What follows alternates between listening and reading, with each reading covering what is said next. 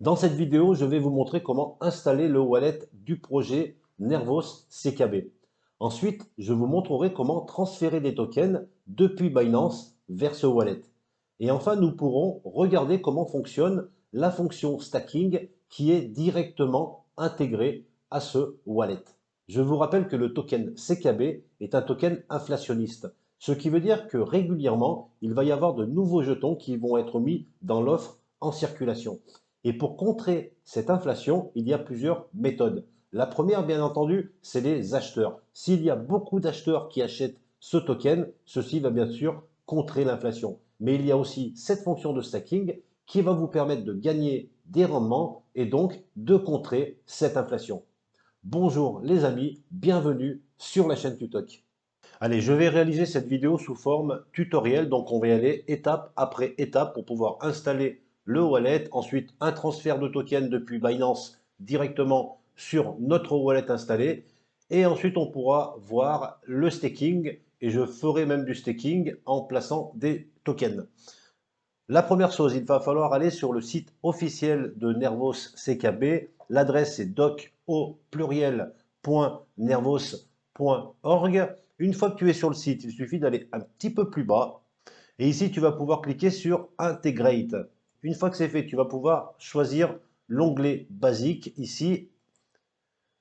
Ensuite, dans le menu qui apparaît, on va choisir Guide et Crypto Wallet. Et enfin, Neuron Wallet qui se trouve là. Alors là, c'est le guide pour pouvoir installer le wallet.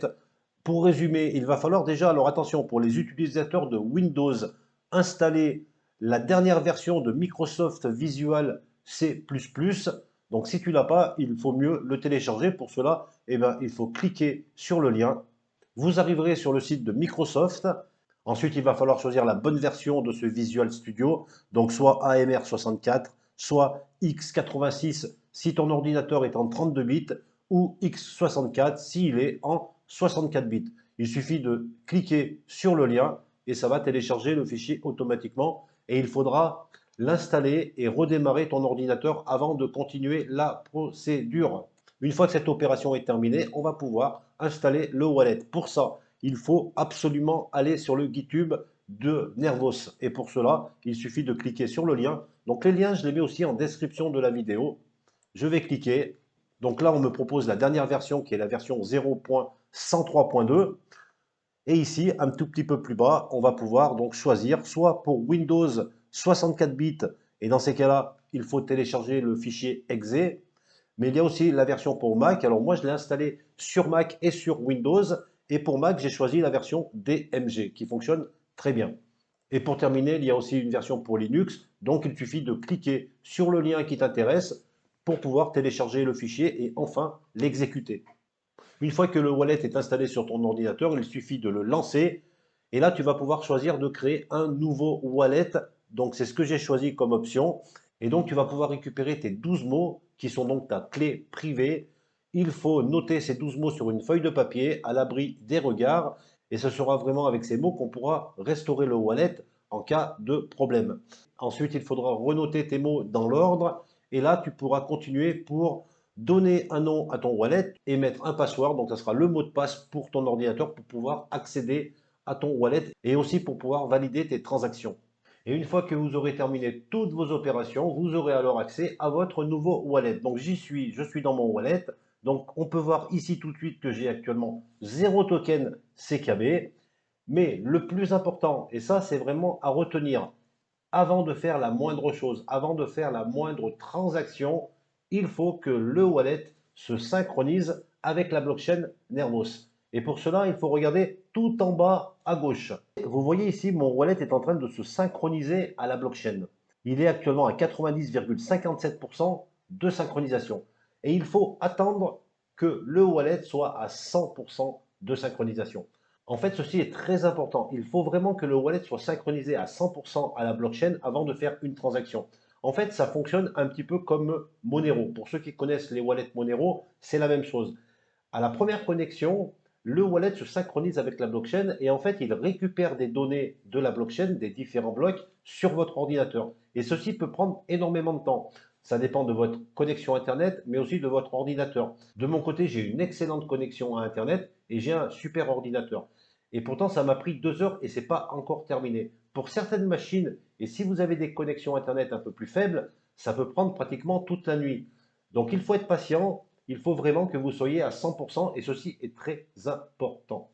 Moi, ce que j'ai fait, je ne le savais pas. Donc la première chose que j'ai fait une transaction depuis Binance vers mon wallet et je ne sais pas si ça va fonctionner. Donc on va le voir. C'est avec les erreurs qu'on peut progresser. Et je ne sais toujours pas si je vais recevoir mes tokens car il est bien indiqué dans le guide du wallet qu'il faut attendre 100% de synchronisation avant de faire la moindre transaction. Donc on verra ça dans la vidéo si je reçois quand même mes tokens.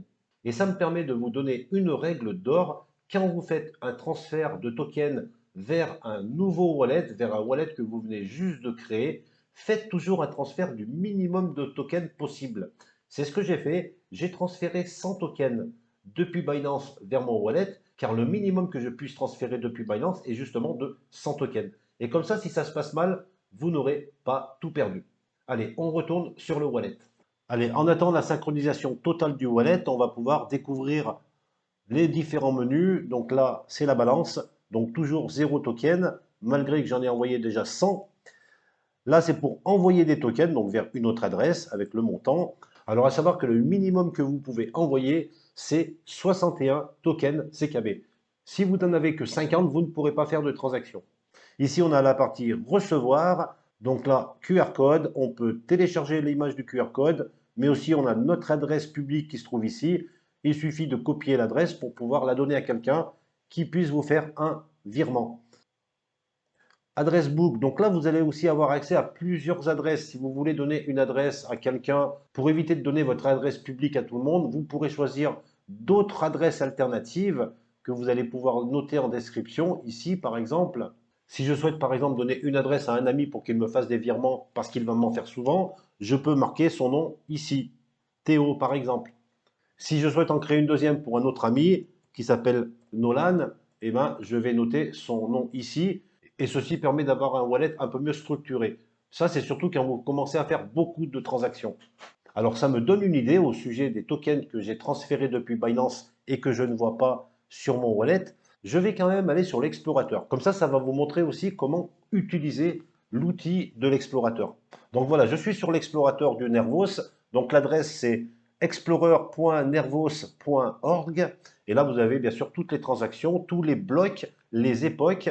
Vous voyez qu'on en est actuellement à l'époque 62-37. Un époque, c'est tout simplement une période. Et on voit que l'époque va se terminer dans environ 3 heures et 58 minutes.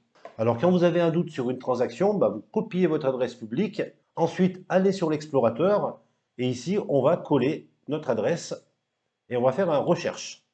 Et donc, je peux voir que mes 99 tokens CKB, donc j'ai fait un transfert de 100 tokens CKB et les frais de transaction sont de 1 token. Donc, j'ai bien reçu 99 tokens CKB qui sont actuellement sur la blockchain.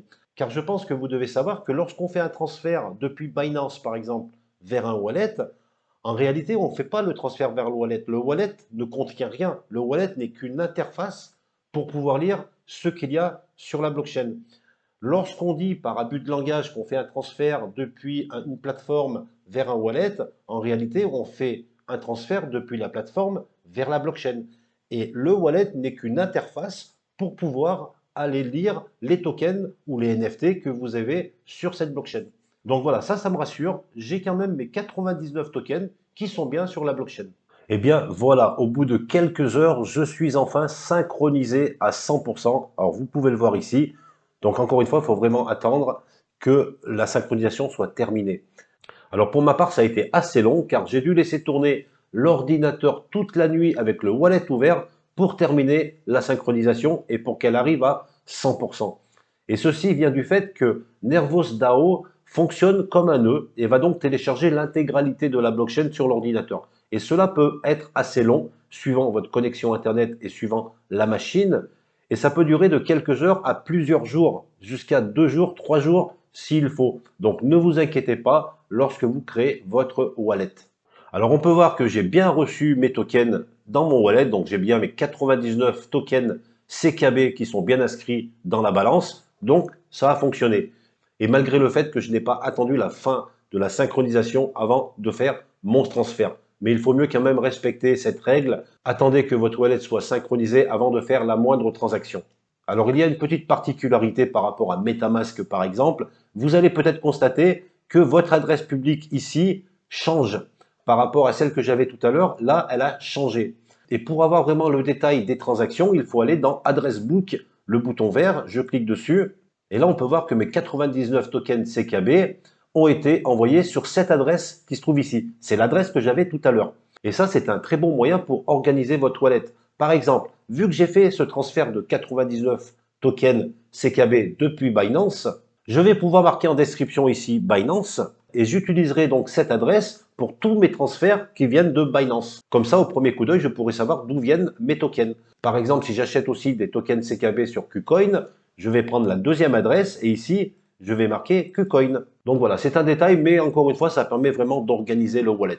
Alors, ce que je vous propose maintenant, c'est de faire un transfert depuis Binance vers ce wallet. Et ceci, c'est surtout pour les plus débutants qui n'osent pas faire un transfert de token depuis une plateforme centralisée vers un wallet sur une blockchain décentralisée.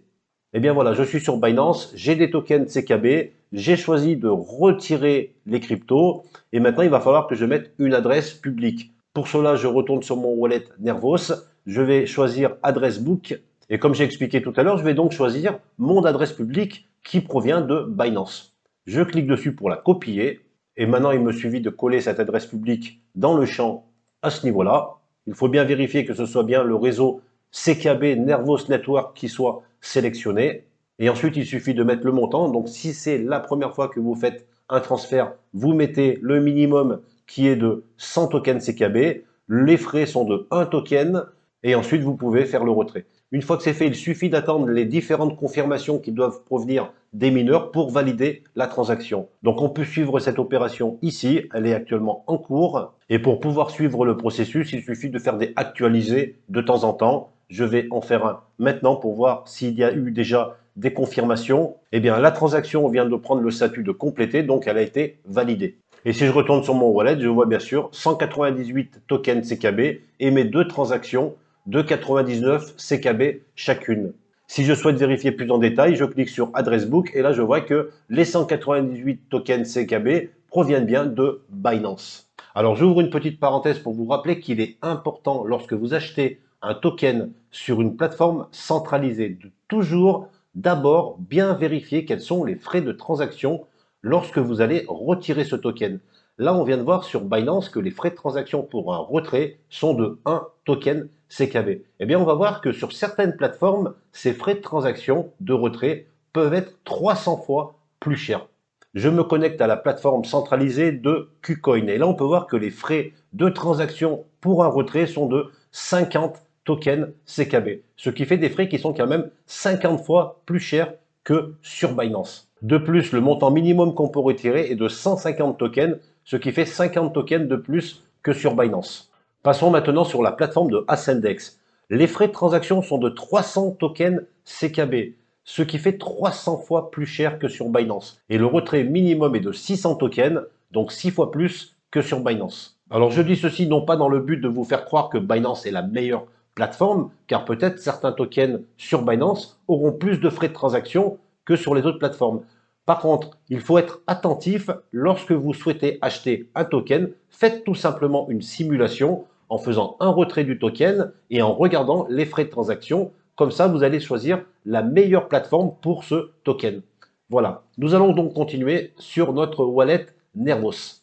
Allez, je suis de nouveau dans mon wallet, donc nous avons vu ensemble les différents menus. Nous allons voir maintenant le menu Nervos DAO. Et c'est le menu pour pouvoir faire du staking de tes jetons CKB. Donc actuellement, j'ai 1197 tokens CKB de disponibles. Je n'en ai bloqué aucun et j'ai un APC de 2,58%.